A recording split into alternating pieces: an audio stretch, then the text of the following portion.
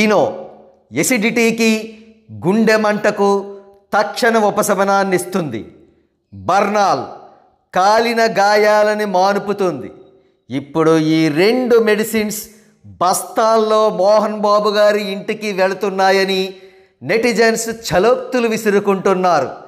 ఎందుకు అలా వెళ్తున్నాయి? ఏమా కథా కమామిషు? వివరాలు తెలుసుకుందాం. మెగాస్టార్ చిరంజీవి గారికి కేంద్ర ప్రభుత్వం పద్మవిభూషణ్ అవార్డు ప్రకటించిన విషయం తెలిసిందే కదా.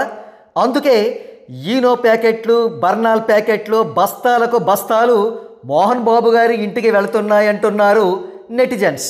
మోహన్ బాబు గారిని చిరంజీవి గారి పట్ల నిత్య అసూయాపరుడు అని అంటూ ఉంటారు.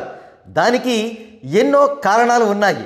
చిరంజీవి గారు ఏ ఘనత సాధించినా అసూయని పట్టలేక బయటకే వెళ్ళగ్రక్కుతూ ఉంటారు మోహన్ బాబు.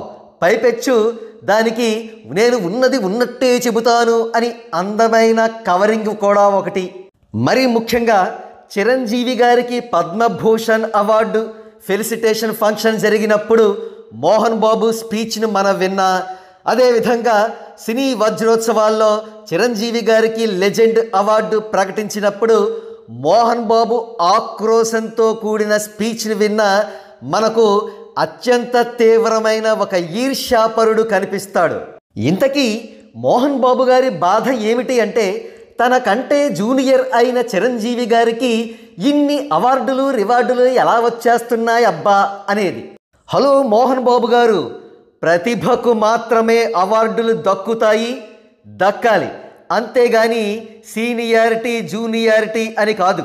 ఒకవేళ మీరే అలా ఫీల్ అయితే, మీకంటే సీనియర్ అయి ఉండి మీకంటే అన్ని విధాల అర్హులైన కైకాల సత్యనారాయణ గారికి పద్మశ్రీ రాకుండా మరి మీకెలా వచ్చింది?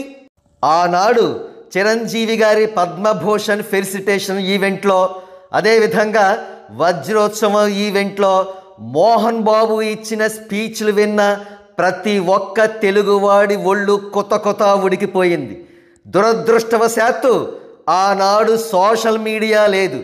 అదే ఇప్పుడు మోహన్ బాబు గారు అటువంటి కామెంట్స్ చేస్తే నెటిజన్స్ ఒక ఆట ఆడుకుని తీరతారు. గుర్తుంచుకో మోహన్ బాబు అని హెచ్చరిస్తున్నారు నెటిజన్స్. ఏది ఏమైనా మోహన్ బాబు గారు ఒక్క విషయం గుర్తుంచుకోవాలి. చిరంజీవి గారి పట్ల ఈర్ష్య, అసూయ, ద్వేషాలను ఏనాడైతే విసర్జిస్తారో ఆనాడు మాత్రమే సాక్షాత్తు ఆ షిరిడి సాయినాథుని అనుగ్రహం ఆయనకు, ముఖ్యంగా ఆయన సంతానానికి కలుగుతుంది. అంతవరకు మోహన్ బాబు గారిది దుర్భర పరిస్థితే.